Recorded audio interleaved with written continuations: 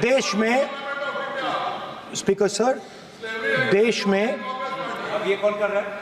तकरीबन 73% दलित, आदिवासी और पिछड़े वर्ग के लोग हैं, और ये हिंदुस्तान की मेन शक्ति है, स्ट्रेंथ है।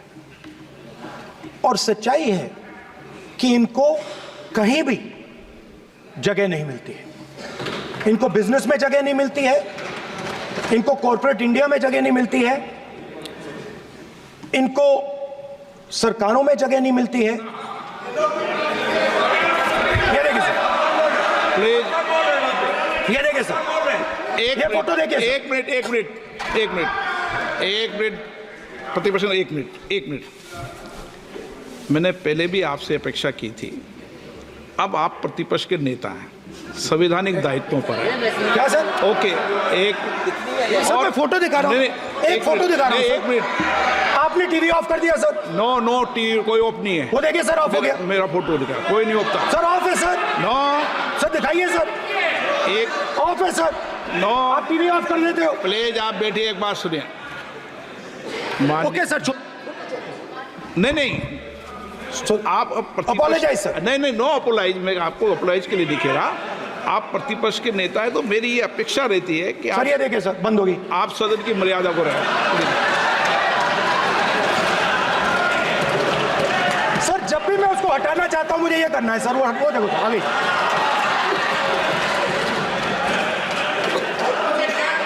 क्या डर रहे हैं सर फोटो से?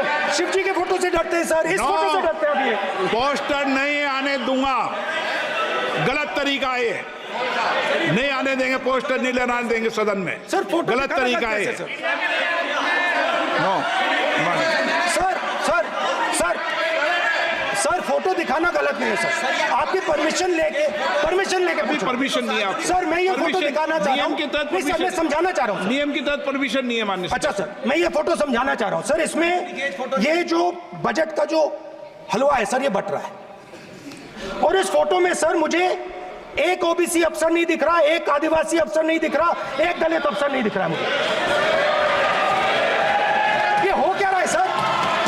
सर देश का हलवा बट रहा है सर, और इसमें 73% का एक है ही नहीं सर। ये आप लोग हलवा खा रहे हो और बाकी देश को हलवा मिल ही नहीं रहा है। ठीक है सर, 20 अफसरों ने बजट को तैयार किया, हमने पता लगाया है। 20 अफसर, शांत हो जाइए प्लीज सर। 20 अफसरों ने, उनके नाम मेरे पास है, अगर आप नाम चाहते हैं मैं दे दूंगा। 20 अफसरों ने हिंदुस्तान का बजट तैयार किया है। मतलब हिंदुस्तान का जो हलवा है 20 लोगों ने बांटने का काम किया है। अब स्पीकर सर, उन 20 लोगों में से 90% लोगों में से 90% लोगों में से सिर्फ 2 हैं, एक माइनॉरिटी और एक ओबीसी। और इस फोटो में एक भी नहीं है। मतलब फोटो में आपने पीछे कर दिया, फोटो में तो आने नहीं दिया आपने, कोई नहीं आ सकता। और मैं चाहता था कि बजट में जाति जनगणना की बात उठे, जो पूरा देश चाहता है। 90% हिंदुस्तान जाति, 95% जाति जनगणना चाहता है। कौन चाहते हैं? दलित चाहते हैं, आदिवासी चाहते हैं, पिछड़ा वर्ग चाहता है, गरीब जनरल कास्ट के लोग चाहते हैं, माइनॉरिटी चाहते हैं, सब चाहते हैं, क्योंकि सब लोगों को यह पता लगाना है कि हमारी भागीदारी कितनी है, हमारी हिस्सेदारी कितनी है। मगर सर मैं देख रहा हूं सर, सरकार हलवा बांटती जाती है, और बांटता कौन है? वही 2-3% लोग, और बंटता किसको है? वही 2-3% लोग। और बाकी हिंदुस्तान, 90% हिंदुस्तान देख। फाइनेंस मिनिस्टर मुस्कुरा रही हैं, कमाल की बात है। ये हंसने की चीज नहीं है मैडम, ये हंसने की बात नहीं है, ये जाति जनगणना है, ये जाति जनगणना है। इससे देश बदल जाएगा।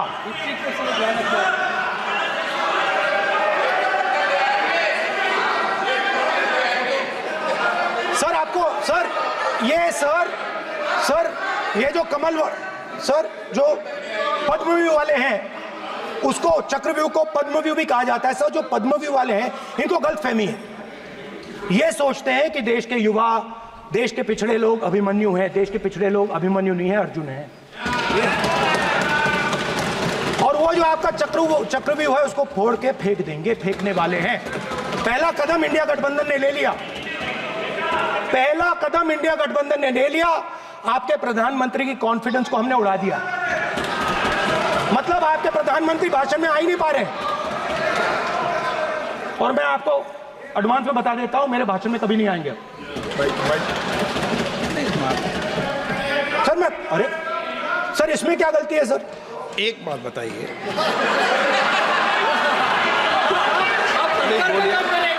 सर तो जो पद्मव्यूह वाले लोग हैं सर, जो कमल फॉर्मेशन वाले लोग हैं, उनको हिंदुस्तान का नेचर नहीं समझ आया। हिंसा, नफरत हिंदुस्तान का नेचर नहीं है। चक्रव्यूह हिंदुस्तान का नेचर नहीं है। हिंदुस्तान का नेचर अलग है। हिंदुस्तान के नेचर के बारे में अब मैं आपको बनाना चाहता हूं। हर धर्म में चक्रव्यूह के खिलाफ फॉर्मेशन होता है, हर धर्म में। माननीय सदस्य, आप जानते हो हिंदू धर्म में चक्रव्यूह का ऑपोजिट क्या होता है, जानते हो आप चेयर को एड्रेस। मैं बताता हूं सर। शिव की बारात होती है सर। शिव की बारात में कोई भी आ सकता है, किसी भी धर्म का कोई भी व्यक्ति आ सकता है, बारात में आ सकता है, नाच सकता है, गा सकता है, अपना सपना देख सकता है। सर, गुरु नानक जी, सिखों की बात करी जाए तो सेवा करने से किसी को नहीं रोका जा सकता है, लंगर से किसी को बाहर नहीं फेंका जा सकता है। सर, इस्लाम में कोई भी मस्जिद में आ सकता है, चर्च में कोई भी घुस सकता है, संघा में कोई भी आ सकता है सर, मगर इनके चक्रव्यूह में सिर्फ 6 लोग हैं सर। तो ये लड़ाई शिव की बारात और चक्रव्यूह के बीच में है। हम चक्रव्यूह तोड़ते हैं, हम चक्रव्यूह तोड़ने का काम करते हैं। मनरेगा, हरी क्रांति, आजादी, कॉन्स्टिट्यूशन, ये चक्रव्यूह को तोड़ने के काम है। इससे देश में खुशी आती है, डर मिटता है, कॉन्फिडेंस आती है। आप पद्मव्यूह चक्रव्यूह बनाने का काम करते हो। चक्रव्यूह शिव की बारात को हरा ही नहीं सकता है। आप अपने इतिहास को देखिए। आप अपने आप को हिंदू कहते हो, आप हिंदू कहते हो, आप हिंदू धर्म को समझते नहीं हो।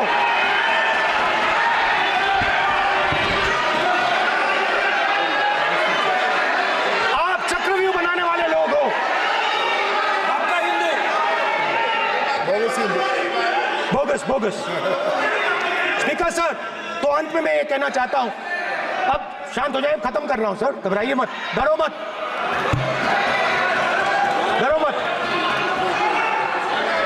स्पीकर सर,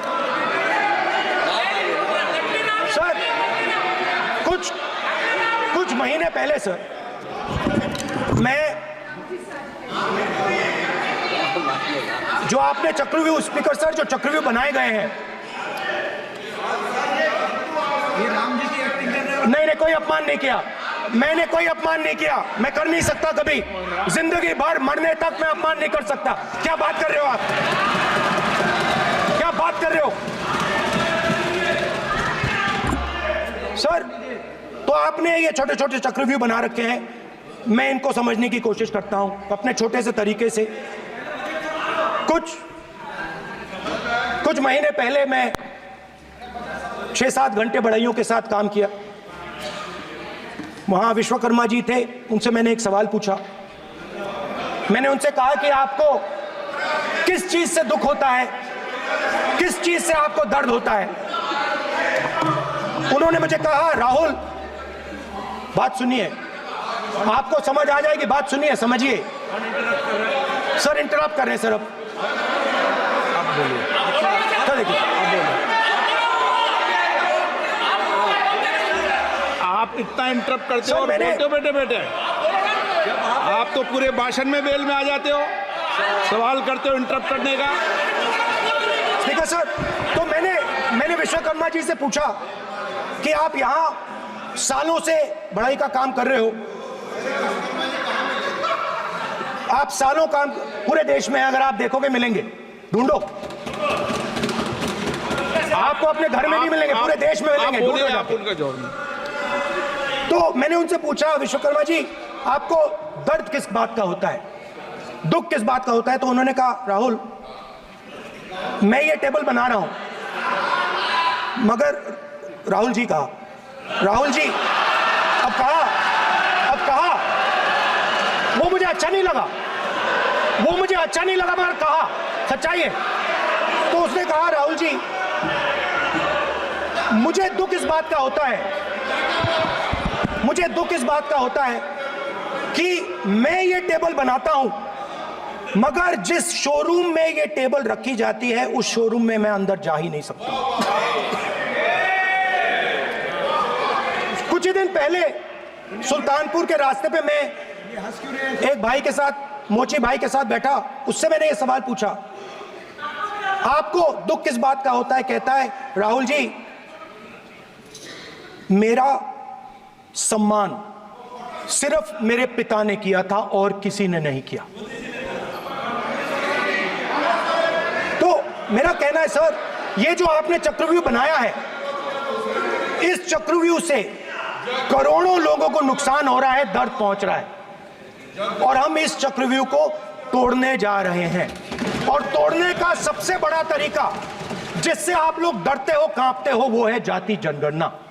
और जैसे मैंने कहा था कि इंडिया गठबंधन गारंटीड लीगल एमएसपी इस सदन में पास करेगी, वैसे ही मैं कह रहा हूं, आपको अच्छा लगे ना लगे, जाति जनगणना इस हाउस में, इस सदन में पास करके हम आपको दिखाएंगे।